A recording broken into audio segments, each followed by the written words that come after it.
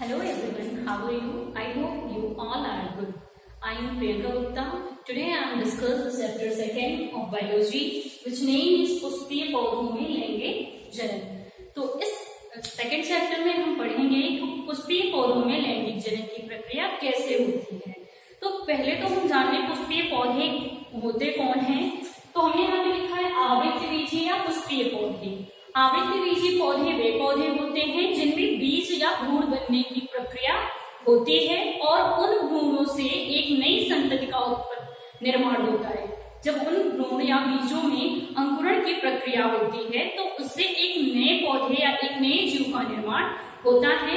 जिन पौधों में बीज बनने की प्रक्रिया या उन बीजों से अंकुरण की प्रक्रिया होती है उन पौधों को आवृतबीजियों में रखा गया है।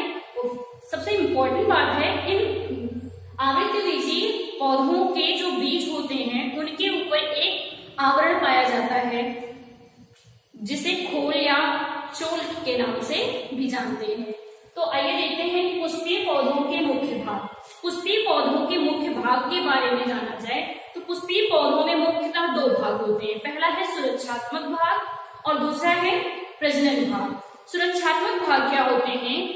वे भाग जो पुष्प को बाहरी एवं आंतरिक रूप से सुरक्षा प्रदान करते हैं उन्हें पुष्प का सुरक्षात्मक भाग कहा जाता है। प्रजनन जैसे हमने लिखा है यहाँ पे बाह्य दल और दल मीन्स कैलिक्स और कोरोला, वो पुष्प को क्या करते हैं? सुरक्षा प्रदान करते हैं, इसलिए इनको सुरक्षात्मक भाग का नाम दिया गया है। दूसरा है प्रजनन अंग। प्रजनन अंग क्या है? प्रजनन अंग वे अंग जो पुष्प को प्रजनन क्रिया करने में मदद करते हैं। जैसे आपके पुंकेसर हो गए, स्त्री केसर हो गए, जिनको एंड्रोसियम एंड गायनोसियम कहा जाता है।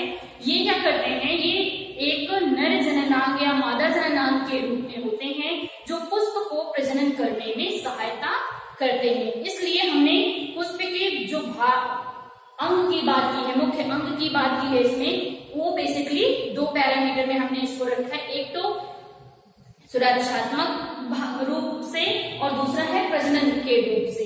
Okay, so come to our next topic, पुष्प के मुख्य भाग। पुष्प में मुख्यतः कितने भाग होते हैं? तो पुष्प में मुख्य रूप से 4 भाग होते हैं। पहला कौन सा है? बाह्य दल पुंज, जिसको कैलिक्स कहते हैं।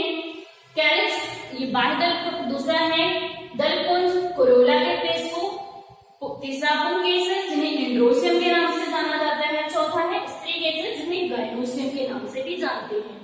अगर हम बात करें पुष्प के चक्र के बारे में या पुष्प के मुख्य भाग के बारे में, तो बेसिकली जो 4 ये भाग हैं पुष्पों के लिए विशेष रूप से कार्य करते हैं। जैसे अगर हम बाह्य दलपुंज या कैलिक्स की बात करें तो ये क्या होते हैं? ये पत्ती जैसे हरे रंग की सदृश संरचना होती है जो पुष्प के बाहरी चक्र के रूप में होती है। ये पुष्प को बाह्य रूप से सुरक्षात्मक आवरण प्रदान करती हैं जिससे पुष्प में किसी प्रकार की या जिसमें पुष्प को किसी प्रकार की हानि नहीं होती है। तो इसके एक इकाई को बाह्य दल, पुंज के एक इकाई को बाह्य दल या सेपल कहते हैं। Okay, so come to the next topic, दलपुंज जिसे कोरोला कहते हैं। तो ये पुष्प का दूसरा सुरक्षात्मक आवरण होता है या पुष्प का दूसरा घेरा होता है जो पूर्णतः रंगीन होता है और इसके रंगीन होने के कारण कीड़े इसे देखकर आकर्षित होते हैं और तभी पुष्पों में परागण की क्रिया संपन्न होती है। और दलपुंज के एक इकाई को दल कहते हैं जिसे पेटल्स के नाम से भी जाना जाता है। पुंकेसर की बात करें तो पुंकेसर जो है एक नर जननांग होता है। ये पुष्प में ही स्थित होता है और इनका काम यह है कि ये पुमंगों का जो ग्रुप होता है उसको ही पुंकेसर कहते हैं। अगर इनकी बात करें पुमंग के अंतर्गत कौन कौन आते हैं, तो पुमंग में जो नर जननांग के मेन मोटिव है जैसे स्पर्म हो गया, पॉलन ग्रेन्स हो गए, इनके अंतर्गत ये आते हैं। अगर यहाँ पे हम बात करें जैसे एंथर हो गया, एंथर में जो या यहाँ पे हमने देखा कि परागकोश है। परागकोश एक फिलामेंट से लगा होता है। फिलामेंट जो है परागकोश से कनेक्ट होता है तो इस पोर्शन को कनेक्टिव बोलते हैं। अगर बेसिकली हम जाने कि कोई भी पुंकेसर में 3 प्रकार में होते हैं। पहला है एंथर, दूसरा है फिलामेंट, तीसरा है कनेक्टिव। कनेक्टिव का मतलब है एंथर और फिलामेंट जिस पॉइंट पे जुड़े होते हैं उसको कनेक्टिव बोलते हैं। ठीक है, आगे क्या होता है कि जब एंथर मैच्योर हो जाता है, या परागकोश भी इसको बोलते हैं एक टाइम के लिए, परागकोश जब मैच्योर हो जाता है, जब इसमें स्फुटन की प्रक्रिया होती है, तब सारे पॉलन ग्रेन्स बाहर की तरफ निकलते हैं। तो जैसे मैंने यहाँ पे छोटे से डायग्राम में शो किया है कि फिलामेंट के अंदर पराग या परागकोश में परागकोश जब स्फुटित होते हैं तो एंथर या पॉलन ग्रेन्स बाहर निकलते हैं। ओके, सो कम टू इस तरीके से गायनोसियम। गायनोसियम की बात करें तो गायनोसियम एक मादा जननांग होता है। इसके बेसिकली 3 भाग होते हैं।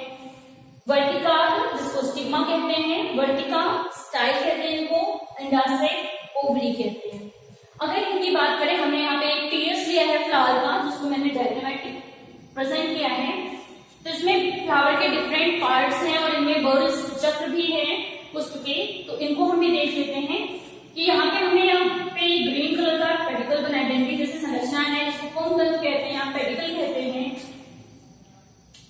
इस पे क्या होता है, पुष्प टिका होता है। अगर यहाँ पे बात किया जाए कि ये पोर्शन क्या है, तो ये बाह्यदल है। हमने बात की कि 4 चक्र हैं पुष्प में। फर्स्ट वन देखिएगा, जो ये ग्रीन कलर की पत्ती जैसे हरे रंग की संरचना दिख रही है, इसी को बाह्यदल पुंज या कैलिक्स कहते हैं। अगर इसी के एक पार्ट को हम निकाल कर यहाँ पे रख दें तो उस कंडीशन पे हम उसको सेपल बोलते हैं। अब दूसरा चक्र पे आ जाते हैं हम। दूसरा चक्र जो है इसका ये रंगीन घेरा है, जिसको कोरोला हमने कहा है। कोरोला जो होते हैं दलपुंज होते हैं, ये कलरफुल होते हैं। इन पुष्पों में जो वर्णक होते हैं वो वर्णिलवक होते हैं। मीन्स वर्णिलवक के अंतर्गत इनमें 4 रंग की पिगमेंटेशंस होती हैं, नारंगी, पीला, लाल। इस कारण से ये पुष्पों को आकर्षक रंग प्रदान करते हैं और इसी के कारण कीट जो हैं इनको देखकर आकर्षित होते हैं और इसी के कारण परागण की क्रिया संपन्न होती है पुष्पों में। तो सेकेंड में हो गया दलपुंज। और दलपुंज के अगर एक पेटल को हम तोड़ के रख दें, दलपुंज के एक दल को हम अगर तोड़ के बगल में रख दें तो उससे दलपुंज ना बोलकर हम उससे दल बोलते हैं या पेटल्स बोलते हैं। अब बात करते हैं हम एंड्रोसियम की। तो एंड्रोसियम जो है, यहाँ पे कोई भी चीज एंड्रोसियम के अंतर्गत नहीं है। यहाँ पे जो हमने शुरू किया है परागकोश, परागकोश के अंतर्गत जो परागकण है उन्हें ही हम यहाँ पे नर युग्मक बोल सकते हैं। अगर बात करें हम यहाँ पे गायनोसियम की, तो गायनोसियम के तीनों पार्ट को हमने यहाँ पे डिस्क्राइब किया है। पहले जो टॉपमोस्ट पे है एक लंबी नली में, यहाँ पे टॉपमोस्ट पे जो है इसको वर्टिकाग्र हमने नाम दिया है, स्टिग्मा। यहाँ पे सेकेंड वन जो ये पतली लंबी अंडाशय से लेकर वर्टिकाग्र तक जो पतली लाइन है, ट्यूब जैसी संरचना है, उसको हमने वर्टिका कहा है, जिसे स्टाइल कहते हैं।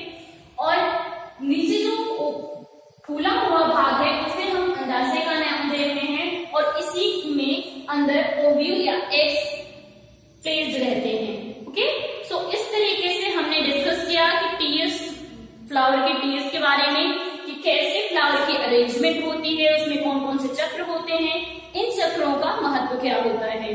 तो मिलते हैं